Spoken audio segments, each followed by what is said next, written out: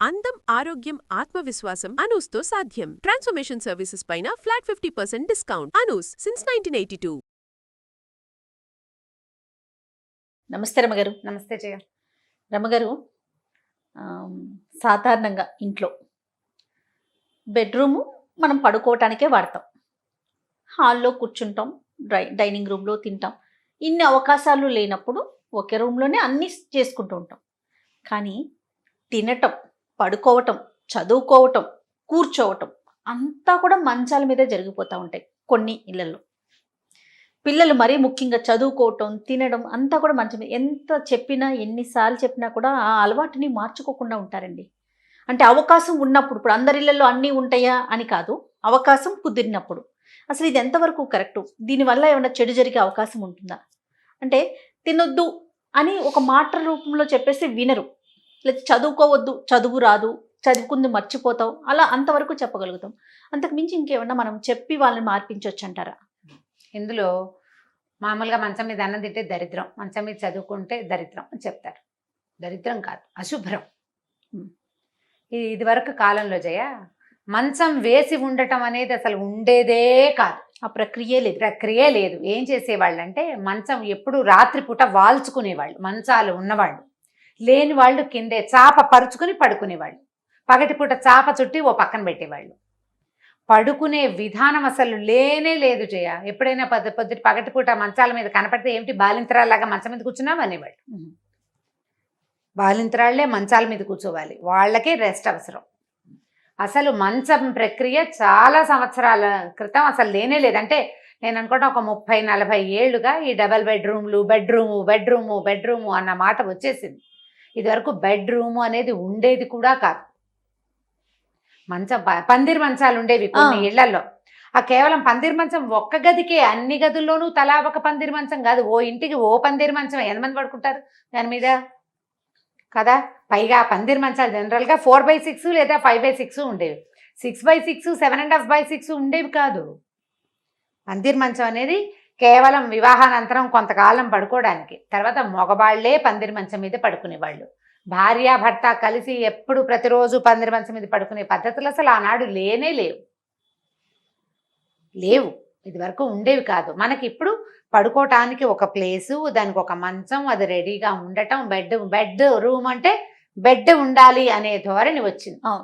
నిరంతరము మంచం వాల్చి దాని మీద పరుపు ఉండటం, దాని మీద దుప్పట్లు ఉండటం, దుప్పట్లు టక్ చేసుకోవటం, బాంబే డైయింగ్ దుప్పట్లు కొనుక్కోవటం, అవన్నీ తర్వాత కాలంలో ఈ మధ్య ఒక 30-40 సంవత్సరాలుగా బాగా పెరిగింది. అంటే ఇప్పుడు మనం వాడే బెడ్స్ కూడా, కాట్ కూడా, దాన్ని మనం ఫోల్డ్ చేయడానికి అవకాశం లేదు. ఫోల్డ్ చేయము, నుంచోబెట్టలేము, లేదు, ఛాన్స్ లేదు కదా. ఇది వరకు ఎక్కడ కావాలంటే అక్కడ. ఇప్పుడంటే మనకి గది, అందులో ఫ్యాను, ఏసీ బోసి అన్నీ వచ్చినాయి. ఇది వరకు ఎక్కడ గాలి ఉంటే అక్కడ మంచాలు లాక్కుని అక్కడ వేసుకునేవాళ్ళు. దక్షిణపు గాలి మంచిది, ఉత్తరపు గాలి హాయిగా ఉంటుంది, తూర్పు గాలి బాగా తగులుతుంది అని మంచం ఎత్తుకెళ్ళి అక్కడ వేసుకోవటం, లేదా ఆరుగు మీదో ఎక్కడో. పాతకాలం పద్ధతి అది. ఇప్పుడు మన పద్ధతులు మారినాయి. అంటే మంచం ప్రక్రియ గురించి చెప్తున్న వివరంగా. ఇప్పుడు ప్రజెంట్ కండిషన్లో ఈ రోజుల్లో ఏంటంటే పిల్లల్ని మంచాల మీద కూర్చోబెట్టి అన్నం పెట్టడము, గదిలో ఇంకెక్కడా ప్లేస్ లేదు కాబట్టి మంచం మీదే కూర్చొని చదువుకోవటము, మంచం మీదే వర్క్ చేసుకోవటము, ఎవరైనా వచ్చినా మంచం మీదే కూర్చోవటము. ఇప్పుడు ఈ మంచం అనే సాధనం మనకి దేనికి ఉపయోగపడాలి? నిద్రకి. అంతే. మనకి పగలు ఎంత పనిచేసినా, ఎలా ఉన్నా, రాత్రి 9కో 10కో అక్కడి నుంచి తెల్లవారేదాకా ఒక సుఖవంతమైన నిద్ర ఉంటేనే మర్నాడు లేచి నువ్వు బాగా పనిచేయగలుగుతావు. నిద్ర చక్కగా ఉండాలి. ఈ నిద్రకి సాధనం మంచం కదా. అది శుభ్రంగా ఉండాలి, మెత్తగా ఉండాలి. అందులో శుభ్రతలో ప్రధానమైనది ఏమిటి? ఎప్పుడు పడితే అప్పుడు బయట నుంచి వచ్చి దాని మీద ఎక్కకూడదు. నువ్వు బయట నుంచి జర్మ్స్ మోసుకొస్తావు. కాళ్ళకి మట్టి ఉంటుంది, పిల్లల మంచాల మీద తొక్కితే పిల్లల కాళ్ళ మట్టి అంతా దాని మీదే ఉంటుంది. ప్రింట్స్ అన్ని పడిపోతాయి, ప్రింట్లు పడతాయి, దుమ్ము. పిల్లలు బయట నుంచి తెస్తారు, ఏమైనా అక్కడ కూర్చొని తింటారు. తినేసరికల్లా ఎంతో కొంత ఆహార పదార్థం కింద పడుతుందా? దానివల్ల ఏమవుతుంది? ఇప్పుడు అది అన్నం అనుకో, ఇప్పుడు మరమరాలు, చేగోడీలు, చెక్కలు నువ్వు దులిపేస్తావు, అన్నపు మెతుకు అంటుకుపోతుంది, జిగురు. అన్నము ఒక రోజు గడిచేసరికి ఫర్మెంట్ అయి పాడవుతుంది, తెలుసు కదా మనకి. అవును.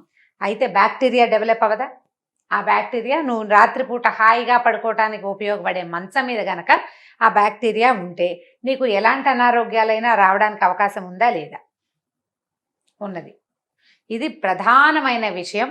అది మంచం మీద తినకూడదు అని ఎందుకు ఖచ్చితంగా చెప్తారంటే ఈ తినడం వల్ల నీకు జబ్బు చేస్తుందనో లేకపోతే నీ ఇంటికి దరిద్రం వస్తుందో పెద్దమ్మగారు పరిగెత్తుకొస్తుందని కాదు, నీ అశుభ్రం వల్ల నీ ఆరోగ్యం సర్వనాశనం అయిపోతుంది. అది మనమే చేసుకోవటం. అందుకని తినకూడదు. మొదటిది చదువుకోకూడదు.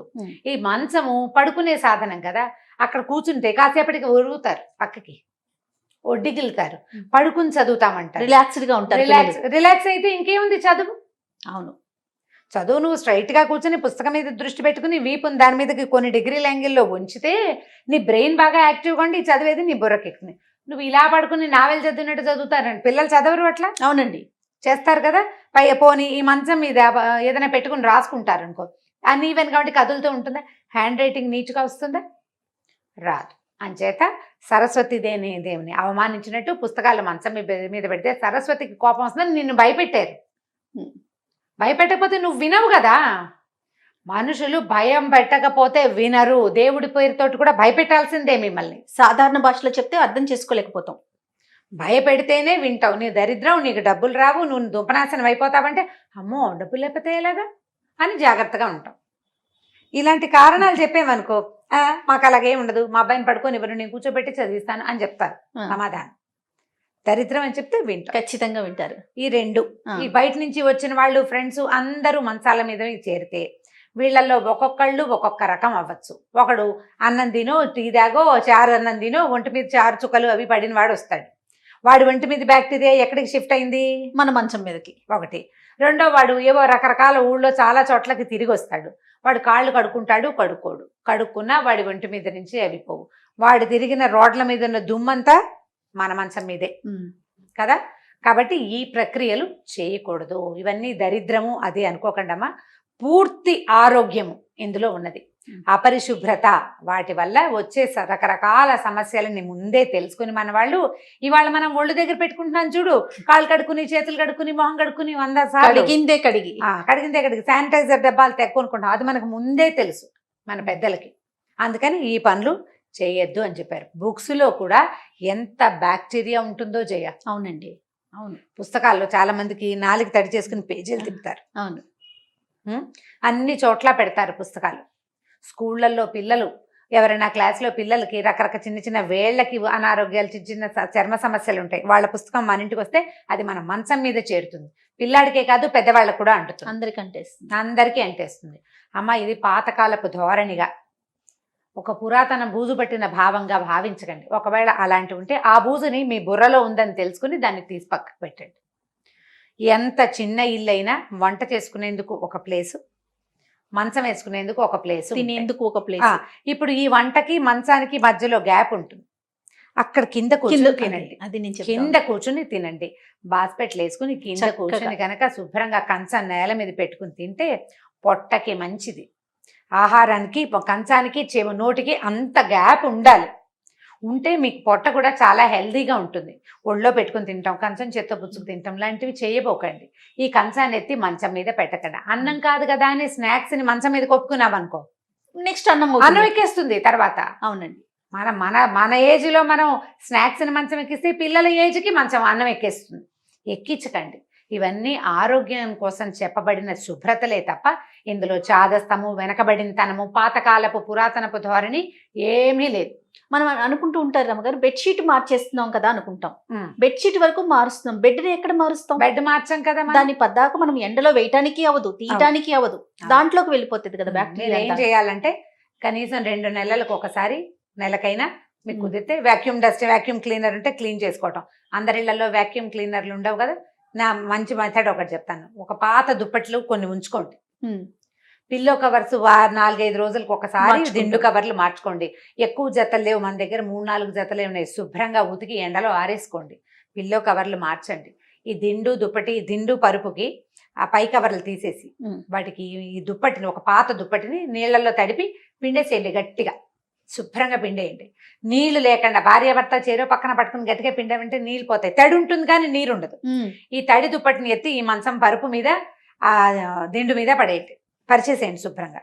తర్వాత మీ ఇంట్లో ఒక క్రికెట్ బ్యాట్ ఉంటే చూడండి, ఒకవేళ క్రికెట్ బ్యాట్ లేకపోతే పాత క్రికెట్ బ్యాట్ ఎక్కడ కనపడినా ఒకటి తెచ్చి పెట్టుకోండి ఇంట్లో. బ్యాట్ పుచ్చుకుని చితకొట్టేయండి ఆ పరుపుని, ఆ దిండుని. దాంట్లోంచి పైకి లేచిన దుమ్మంతా ఈ తడి దుప్పటికి అంటేస్తుంది. దుమ్మంతా బయటకు వచ్చేస్తుంది. దుప్పటి మళ్ళీ ఉతికి శుభ్రంగా ఆరేసుకోండి. ఆ దుప్పటిని జాగ్రత్త పెట్టుకోండి. సోఫాలను కూడా మనం ఇలా చేయొచ్చు. పరుపును శుభ్రంగా ఉంచుకోండి. ఒకవేళ మంచాలు కనుక చెక్క మంచాలు అయితే అప్పుడప్పుడు ఒక 6 నెలలకు ఒకసారి మనం ఇల్లు బాగు చేసుకునేటప్పుడైనా ఆ పరుపును తీసి పక్క పెట్టి ఈ మంచాల సందుల్లో శుభ్రంగా బూజు గీజు ఉంటే తుడిచేసేయండి. లైట్గా కిరోసిన్ లాంటివి ఏమైనా అప్లై చేయండి. దాని మీదకి జర్మ్స్ అంటకుండా శుభ్రంగా ఉంచుకోండి. వీటి మీద అన్నం తింటాం కానీ, చదువుకోవటం కానీ, ఇతరత్ర కార్యక్రమాలన్నీ చేయొద్దు. మంచం మీద ఏం చేయాలో 100% ఆ ఒకటే చేయండి, వేరేవి చేయొద్దు. ఒకవేళ పసిపిల్లలు చిన్నపిల్లలు ఉంటే తరచూ పీసిపోసే పిల్లలు ఉంటారు, పాపాయిలు ఉంటే తడి తగులుతూ ఉంటుంది కదా, మంచి రబ్బర్ షీట్ ఏదైనా కొన్ని వేసుకోండి. పై దుప్పట్లు మార్చుకుంటూ ఉండండి. మంచాన్ని తడవనివ్వకండి, పరుపుని తడవకుండా ఉంచుకోండి. దానివల్ల జర్మ్స్ రాకుండా ఉంటాయి. ఇవాళ మనం పడుతున్న చాలా జాగ్రత్తల్లో ఈ జాగ్రత్త చాలా ముఖ్యమైనది. ఎందుకంటే మనం రాత్రంతా దాని మీదే పడుకుంటాం కాబట్టి, రాత్రంతా పడుకుంటాం. మన బాడీ రిలాక్స్ అయ్యే టైంలో దీని మీద ఉన్న జర్మ్స్, బ్యాక్టీరియా, ఏదైనా నల్లులు, చీమలు అవన్నీ మన మీద దాడి చేయకుండా దీన్ని శుభ్రంగా ఉంచుకోండి. ఎలా అంటే మంచాన్ని కంచం ఎట్లా శుభ్రంగా తొమ్ముకుని పెట్టుకుంటామో మంచాన్ని అట్లా ఉంచుకోవాలి. సూపర్, చాలా బాగుంది రమ్మ గారు. ఖచ్చితంగా పిల్లలకి కొంచెం వివరంగా ఇలా చెప్తే కనుక వాళ్ళు కూడా ఫాలో అవుతారు. రైట్ రమ్మ గారు, ఇంకొక టాపిక్తో మళ్ళీ కలుద్దాం. నమస్తే. నమస్తే జయ. ఇక ఈ వీడియో కనుక మీకు నచ్చినట్లయితే లైక్ చేయండి, షేర్ చేయండి. మరిన్ని ఇంట్రెస్టింగ్ వీడియోస్ కోసం మా ఛానల్ని సబ్స్క్రైబ్ చేసుకోండి.